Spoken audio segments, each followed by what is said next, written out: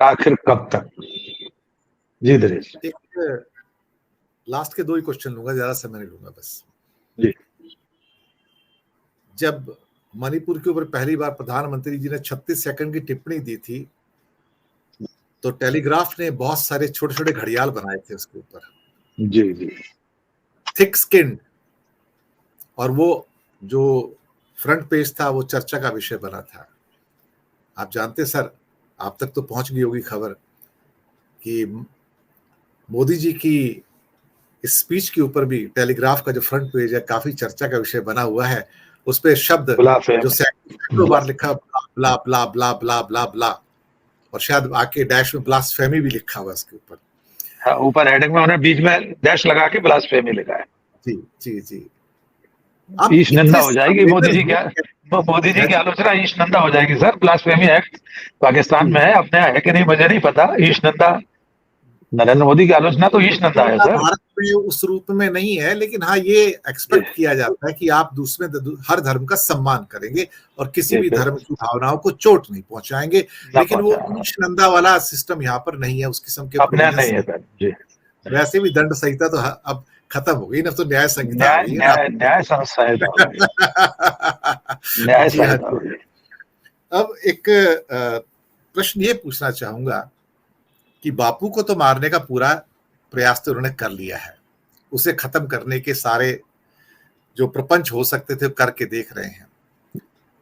पर राकेश जी, आप तो गांधी भक्त हैं, बापू भक्त हैं, ये बापू है कि मरता नहीं है? इतनी सख्त जान है ये बापू है कि मरता नहीं। वो मुन्ना भाई पिक्चर आई थी ना, मुन्ना भाई एमबीबीएस, उसका बापू जो है ना बड़ा सख्त जान है।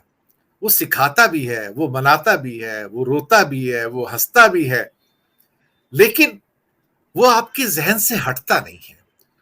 कैसे? जैसे कि मोदी जी हमेशा कांग्रेस मुक्त भारत की बात करते हैं, पर मोदी जी का खुद का ब्रेन कांग्रेस मुक्त नहीं हो पाता ना, नहीं हो पाता। उनके माइंड से कांग्रेस जलता नहीं है। तो ये बापू तो जाने वाला है नहीं, ये बापू तो बड़ा सख्त जान है। और आप बापू के सबसे बड़े भक्त तो मुझे मालूम है हिंदुस्तान में आज की तारीख में। नहीं बहुत लोग हैं। हाँ, मैं भी उनमें से एक हूँ, ऐसी बात नहीं है। जी मैं भी आप उनमें हैं जी। पर ये बापू को उन्हें मालूम है कि सख्त जान है पतला सा, डंडी लेके चलता है, लेकिन पता नहीं क्यों ये जितना उसको मारते हैं ये उतनी और परेशान हो जाते हैं। यार ये मरता क्यों नहीं है, इसको हो क्या गया है? जरा थोड़ा बताइए, ये बापू मरता क्यों नहीं सर? थोड़ा फिलोसफिकल भी हो जाए। जी जी जी।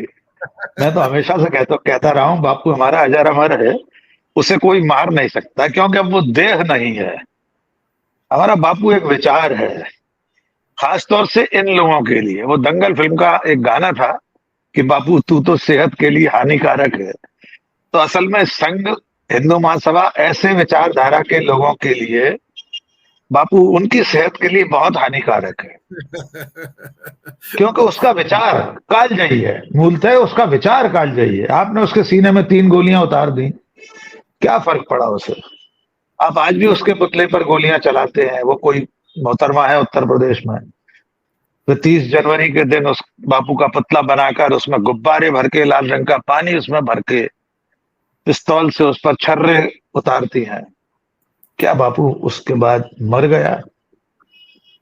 बापू हर जगह मिलेगा जहां मनुष्यता की बात होगी, जहां इंसानियत की बात होगी, जहां इंसान की बराबरी की बात होगी। अब की बात नहीं कर रहा हूं। मार्टिन लूथर किंग जूनियर जब स्कूल में पढ़ते थे सर, उनको निबंध लिखने को कहा गया, तो उन्होंने महात्मा गांधी पर निबंध लिखा था। जब उन्होंने अश्वेत लोगों के अधिकार के लिए पैदल मार्च किया था, तब उन्होंने कहा था मैं गांधी की प्रेरणा से पैदल ये मार्च कर रहा हूं। कितने देश हैं जो गांधी के विचार से, उससे प्रेरणा लेके सत्य, अहिंसा, सत्याग्रह, इन औजारों से आजाद हो गए। हमारे भारत की आजादी के बाद नेल्सन मंडेला के आदर्श महात्मा गांधी, बराक ओबामा के आदर्श महात्मा गांधी। दुनिया में कितनी लंबी फहरिस्त है। 100 देश दुनिया में ऐसे हैं जहां पर गांधी के ऊपर डाक टिकट निकाले गए।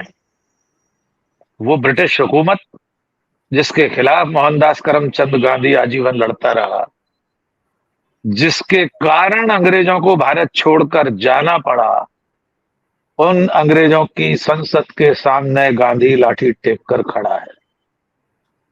वो गांधी इसलिए नहीं मर सकता दिनेश सर कि हमारे माननीय प्रधानमंत्री नरेंद्र मोदी को, वे जब दुनिया में कहीं भी जाते हैं, अपने राजकीय विमान से 8,000 करोड़ के विमान से उतरते हैं, तो हवाई अड्डे के बाहर किसी ना किसी चौराहे पर हमारा और आपका बापू लाठी टेके खड़ा मिलता है। ये अदनंगा फकीर जो है ना, आप सोचिए, ये बेचारा तो रोज लिबास बदलता नहीं ना सर, लेकिन उसके सामने घुटने टेकने पड़ते हैं। कितनी मजबूरी है। तो हो सकता है हमारे महामानव का दिल अंदर से रोता होगा कि मैं इसके सामने क्यों घुटने टेक रहा हूं। बहुत लेकिन बहुत बड़ी पीड़ा। बिल्कुल, आपने बड़ी बारीक बात कही है। मैं भी कल्पना करता हूं कि 2 अक्टूबर और 30 जनवरी को राजघाट पर जब महामानव नरेंद्र मोदी को जाकर 90 डिग्री पर झुककर ऐसे प्रणाम करना पड़ता है, या हिरोशिमा में जब वे गांधी की आदमकद प्रतिमा या बस्ट को माल्यार्पण करते हैं, उसका लोकार्पण करते हैं, तो उनके भीतर कितना अंतर्द्वंद रहता होगा, कैसा भयावह हाहाकार अंदर से मचता होगा कि मेरे यहां तो गॉडसे है, और मुझे इन कैमरों के सामने, दुनिया के सामने, इस अदनंगे फकीर को अपने लाखों रुपए की सदरी और शानदार कपड़ों के साथ इस फकीर को प्रणाम करना पड़ता है, जो जरा सी एक धोती लपेटे रहता था, जो गोलमेज कॉन्फ्रेंस में अदनंगा चला जाता था अंग्रेज महारानी और महाराज के सामने। वहां भी प्रोटोकॉल का पालन नहीं करता था बापू। जब गोलमेज सम्मेलन के लिए कहा गया कि राजप्रासाद का अपना एक प्रोटोकॉल है, ये ड्रेस कोड है, उसको चिट्ठी लिख कर दी गई, कार्ड पर लिखा था कि सूट पहनना है। गांधी ने मना कर दिया कि मैं नहीं पहनूंगा, जो पहनता हूं वही पहनूंगा। वो एक खादी का दुशाला, मोटा सा कंबल ओढ़कर और घुटनों तक की धोती पहनकर जाने को तैयार हो गया। भारत में, इंग्लैंड में जो इंडिया सेक्रेटरी था, उसने तार किया गवर्नर जनरल को, वाइसराय को, कि साहब वो मिस्टर गांधी मानने को तैयार नहीं है, फिर ऐसे में बकिंगम पैलेस में कैसे उनको ले जाया जा सकता है। वाइसराय ने टेलीग्राम का फौरन से पेशतर जवाब दिया कि अब मिस्टर गांधी को दुनिया में कहीं कोई भी नहीं रोक सकता, वे जैसे जाना चाहते हैं उन्हें जाने दीजिए। और हमारा बापू इतना मजेदार था कि जब उससे लंदन में लोगों ने पूछा, पत्रकारों ने हमारे आपके जैसे, कि आप इतने कम कपड़े क्यों पहनते हैं, तो बापू ने ठिठोली करते हुए कहा कि आपने और आपके देश ने हमारे देश को इस लायक छोड़ा नहीं है कि हम लोग पूरे कपड़े पहनकर तन ढक सकें। तो ऐसा बापू तो अजर अमर है। नरेंद्र मोदी, राष्ट्रीय स्वयंसेवक संघ कितना भी कोशिश कर लें, वे विनायक दामोदर सावरकर को गांधी की जगह स्थापित नहीं कर पाएंगे, जो कि उनका लक्ष्य है। सर, उनका अल्टीमेट गोल यही है, गांधी की जगह सावरकर को स्थापित करना। लेकिन मैं उस दिन की प्रतीक्षा कर रहा हूं जिस दिन नरेंद्र मोदी दुनिया के किसी देश में जाकर, किसी छोटे से छोटे टिम्बकटू नाम के देश में जाकर एक बार तो कहकर दिखाए कि मैं सावरकर के देश से आया हूं, एक बार कहकर दिखाए मैं गुरु गोलवलकर के देश से आया हूं, मैं डॉक्टर केशव बलिराम हेडगेवार के देश से आया हूं।